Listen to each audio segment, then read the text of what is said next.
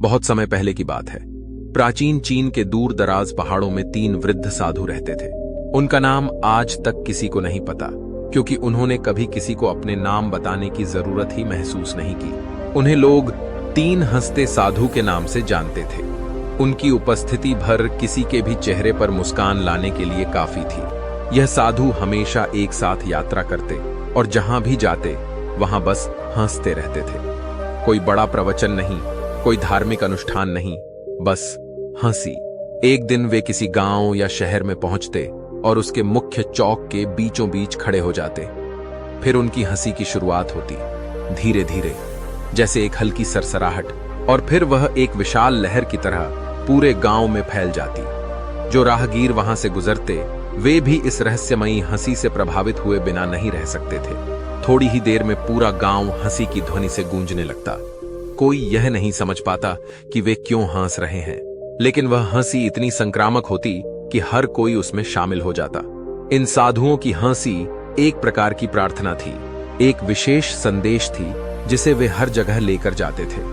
उन्होंने कभी किसी से एक शब्द भी नहीं कहा, फिर भी उनकी हंसी ने लोगों के दिलों में गहरे अर्थ पैदा किए। वे यह सिखाने की कोशिश कर रहे थे। इन 3 साधुओं की हंसी पूरे चीन में मशहूर हो गई थी। लोग उनकी उपस्थिति को एक आशीर्वाद के रूप में देखते थे।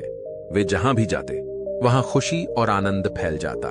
लोग उनके अद्भुत ज्ञान और गहरी समझ की प्रशंसा करते थे, जो उन्होंने केवल हंसी के माध्यम से साझा किया था। साधु यह मानते थे कि जीवन की सबसे गहरी सच्चाई हंसी में ही निहित है, कि जब तक हम हंस सकते हैं तब तक हम सच में जीवित हैं। कई वर्षों तक उन्होंने चीन के विभिन्न गांवों और शहरों में यात्रा की।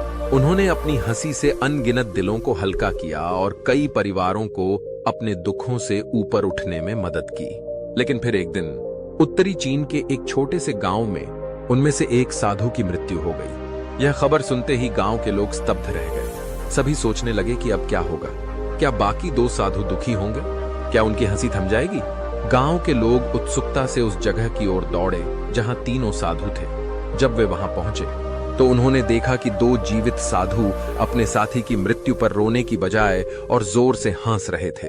लोगों ने अविश्वास में उनसे पूछा, आपका साथी मर गया है और आप हंस रहे हैं? क्या आपको कोई दुख नहीं है? यह सुनकर साधुओं ने पहली बार कुछ कहा। उन्होंने कहा, हम क्यों रोएं? हमारे साथी ने हमें जीत लिया। लोग इस उत्तर से चकित रह गए। लेकिन इससे भी बड़ा आश्चर्य अभी बाकी था। मृत साधु ने अपनी वसीयत में लिखा था कि उसका शव न तो धोया जाए और न ही नए वस्त्र पहनाए जाएं। उसने कहा था, मैंने अपने जीवन में कभी भी गंदा नहीं हुआ, क्योंकि मैंने हमेशा हंसी को अपने जीवन का हिस्सा बनाए रखा। उसकी वसीयत में यह भी लिखा था कि जब उसका शरीर चिता पर रखा जाए तो उसके पुराने वस्त्र ही उसके साथ जलाए जाएं। जब उसके शरीर को चिता पर रखा गया और आग लगाई गई तो अचानक एक चमत्कार हुआ। उसके कपड़ों से रंग बिरंगे पटाखे फूटने लगे। आसमान में रोशनी और रंगों की बौछार हो गई और वहां इकट्ठा हुए लोग भी उसकी हंसी का अर्थ समझ गए। वह दृश्य इतना अनोखा और अद्भुत था कि लोग अपने आंसुओं को रोकने के बजाय हंसने लगे। वे हंस रहे थे और वे हंसी सीधे उनके दिलों तक पहुंच रही थी।